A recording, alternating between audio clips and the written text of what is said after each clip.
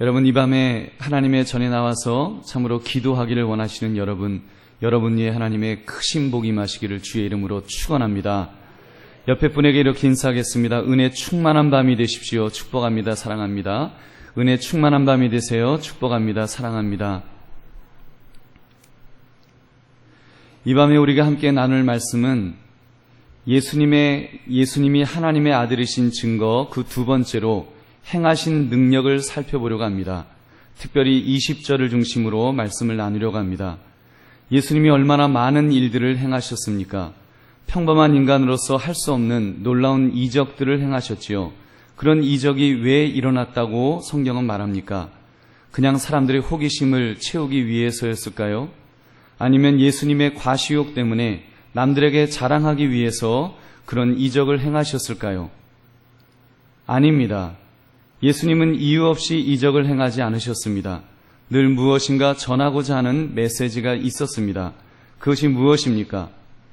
예수님이 하나님이라는 사실, 하나님의 아들 되심을 증거해야 될 때 예수님은 이적을 베푸셨습니다.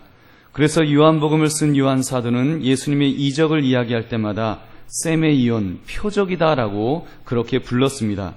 예수님께서 행하신 능력을 통해 하나님과 동등되심을 보여주었다는 것입니다.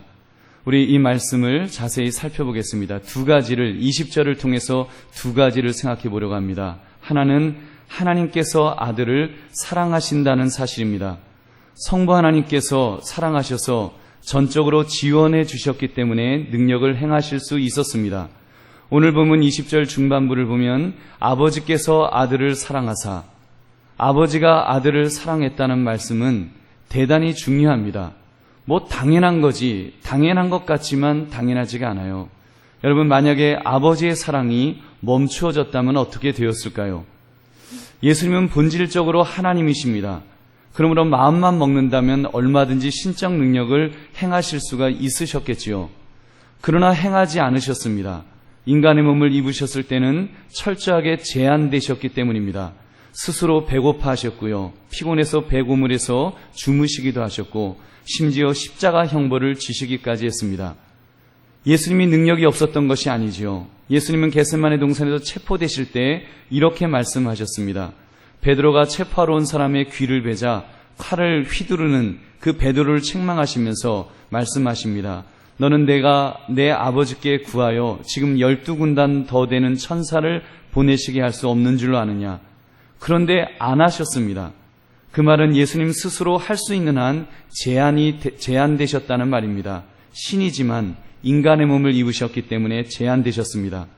그렇다면 기적을 베푸는 일에도 제한될 수밖에 없었습니다. 그런데 예수님이 행하신 일들을 보십시오. 예수님께서 필요하셔서 능력을 행하실 때는 위대한 기적이 일어났습니다. 풍랑을 말씀으로 잔잔케 하셨습니다. 귀신을 제압하셨습니다. 병자를 고치셨습니다. 심지어 죽은 나사로를 살리셨습니다. 그 모든 것이 순조롭게 행해질 수 있었던 것은 아버지가 아들을 사랑하셨기 때문입니다. 아멘이 없으세요? 이해가 좀 잘 안 될 거예요. 저는 한번 생각해 봤습니다. 인간의 몸을 입고 스스로 제한되신 예수님께서 어떻게 죽은 나사로를 살리셨겠습니까? 엄밀히 말하면 예수님이 자, 죽은 나사로야 나와라 하실 때 천국에서는 비상이 걸리지 않았을까요? 저는 천국에서 비상이 걸렸다고 생각해요. 나사로가 죽어서 천국에 들어왔는데 다시 가야 한다는 것입니다. 아들이 부르신다는 거예요. 그런데 천국에서는 죽은 자가 다시 살아서 나갈 수가 없습니다. 나갈 수가 없도록 그게 막혀져 있죠. 그것은 하나님이 정하신 자연 법칙에 어긋나는 일입니다. 그런데 나사로가 다시 살아났습니다. 죽어서 썩은 냄새가 진동하는 나사로가 일어났습니다. 성부 하나님께서 아들을 사랑하셔서 전폭적으로 지지해 주신 줄로 믿습니다. 폭풍도 마찬가지입니다. 폭풍이 자연 법칙에 따라 불기 시작했습니다. 그것은 엄밀히 말하면 우주 만물을 주관하시는 성부 하나님의 섭리 속에서 이루어지고 있었습니다. 예수님은 이미 그 인간의 몸을 입으셨기 때문에 그런 일에는 제한되셨어요. 스스로를 제한하고 계셨습니다. 예수님이 풍랑을 일으키거나 예수님이 자연 만물을 이렇게 다스리고 계시지 않으셨어요. 그런데 이 땅에 오신 아들 예수님께서 그 풍랑 보고 잔잔하라 명령을 하셨습니다. 생각해 보십시오. 태풍 볼라벤, 댐빈 이런 것이 자연 법칙에 따라서 움직여지고 있는데 갑자기 생뚱맞게 예수님께서 그 폭풍 보고 잔잔하라 명령을 하셨습니다. 자연 법칙에 혼란이 오지 않을까요? 그런데 아버지가 아들을 사랑하셔서 다 허락하셨습니다. 할렐루야. 다 허락하셨어요. 예수님이 말씀하시면 다 이루어졌습니다. 여러분, 그것은 아버지께서 오늘 이 말씀처럼 아버지가 아들을 사랑하셨기 때문에 그 사랑이 한 번도 변함없이 지속적으로 성부, 성자, 성령의 그 삼위일체의 은혜가 있었기 때문에 여러분 그런 역사가 일어난 줄로 믿습니다. 마가복음 1장 10절 11절 말씀, 곧 물에서 올라오실새 하늘이 갈라짐과 성령이 비둘기같이 자기에게 내려오심을 보시더니 하늘로부터 소리가 나기를 너는 내 사랑하는 아들이라 내가 너를 기뻐하노라 하시니라. 여러분, 아버지가 아들을 사랑하신 줄 믿으시기 바랍니다. 둘째, 예수님이 위대한 능력을 행하실 수 있었던 것은 아버지가 아들에게 모두 보여주셨기 때문입니다. 어쩌면 이것이 더 답일지 모르겠습니다. 예수님이 풍랑을 잔잔케 하실 때도, 죽은 나사로를 살리실 때도, 그리고 오병이어로 장정만 5,000명을 먹이실 때도 하나님이 하실 일을 먼저 보신 것이 아닐까요? 적어도 예수님이 행하신 모든 이적이 하나님의 뜻에 합당한 일들이었다는 말입니다. 아버지가 하시기를 원하시는 것, 아버지가 아들에게 이러이러한 일을 하기를 원하신다, 보여주신 것을 하셨다는 말입니다.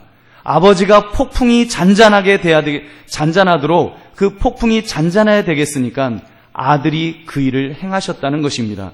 요한복음 10장 37절 38절, 만일 내가 내 아버지의 일을 행하지 아니하거든 나를 믿지 말려니와 내가 행하거든 나를 믿지 아니할지라도 그 말은 믿으라. 그러면 너희가 아버지께서 내 안에 계시고 내가 아버지 안에 있음을 깨달아 알리라 하시니, 풍랑을 잔잔케 하는 것 하나님 아버지의 일입니다.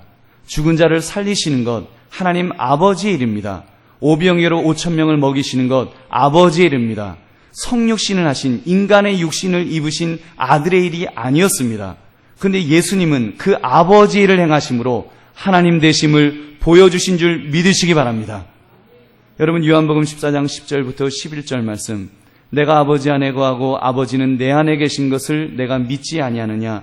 내가 너희에게 이르는 말은 스스로 하는 것이 아니라 아버지께서 내 안에 계셔서 그의 일을 하시는 것이라.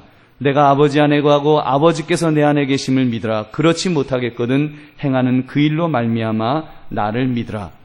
여러분, 예수님이 하신 모든 약속의 말씀들, 아버지가 말씀해 주신, 이르러 주신 것을 말씀하신 줄 믿으시기 바랍니다. 그러므로 성경에 기록된 예수님의 모든 말씀은, 모든 약속은 아버지 하나님의 약속입니다.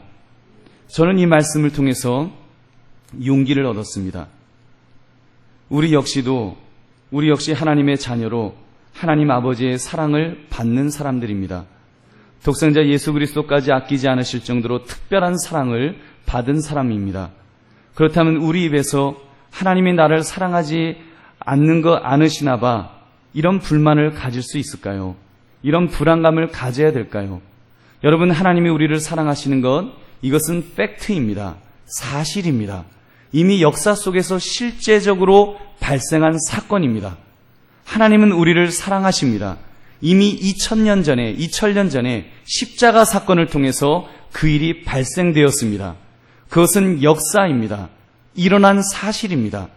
그렇다면 우리에게 진정으로 필요한 것이 무엇이겠습니까? 우리 역시 하나님을 사랑하는 것 아닐까요? 여러분, 진정 우리가 하나님을 사랑한다면 그 사랑이 우리의 믿음으로 나타나야 하지 않겠습니까? 그 하나님을 믿는 것입니다. 그 하나님이 나를 끝까지 붙들어 주실 것을 믿어야 합니다. 사랑하는 성도들이여, 비록 지금 내가 기도한 제목이 당장 응답되지 않을 수도 있습니다.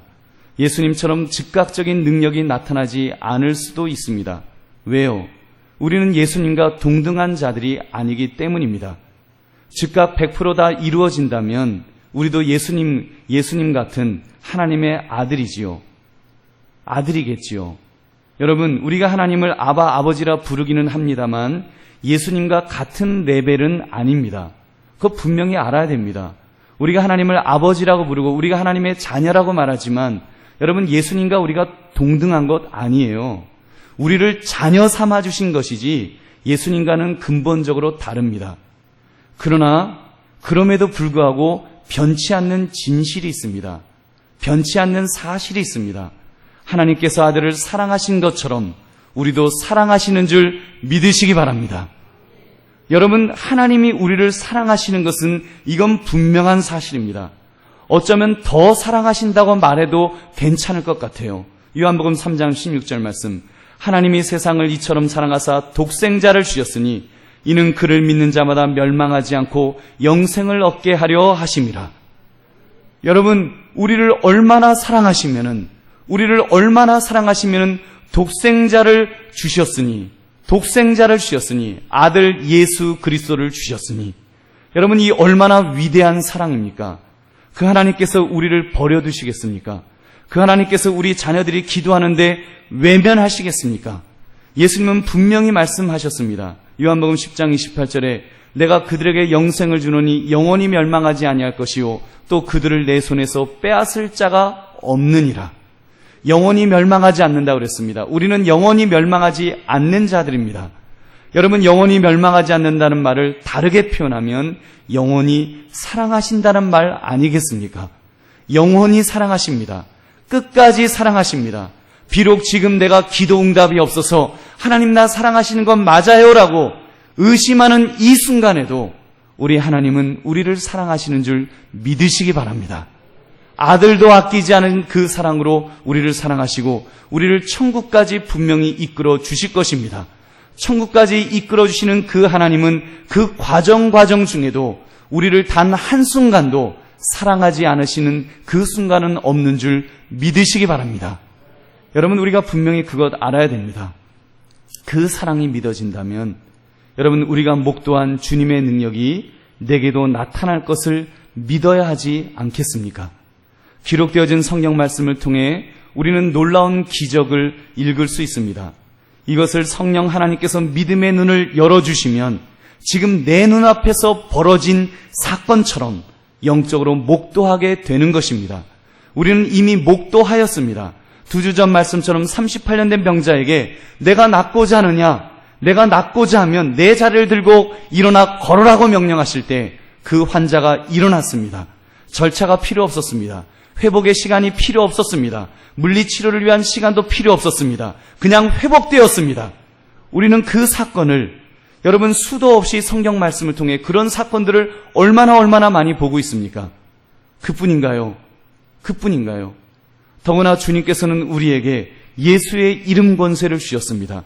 이 예수의 이름 앞에 악한 영이 벌벌 떨며 도망간다고 하였습니다. 그 권세를 우리에게 주셨어요.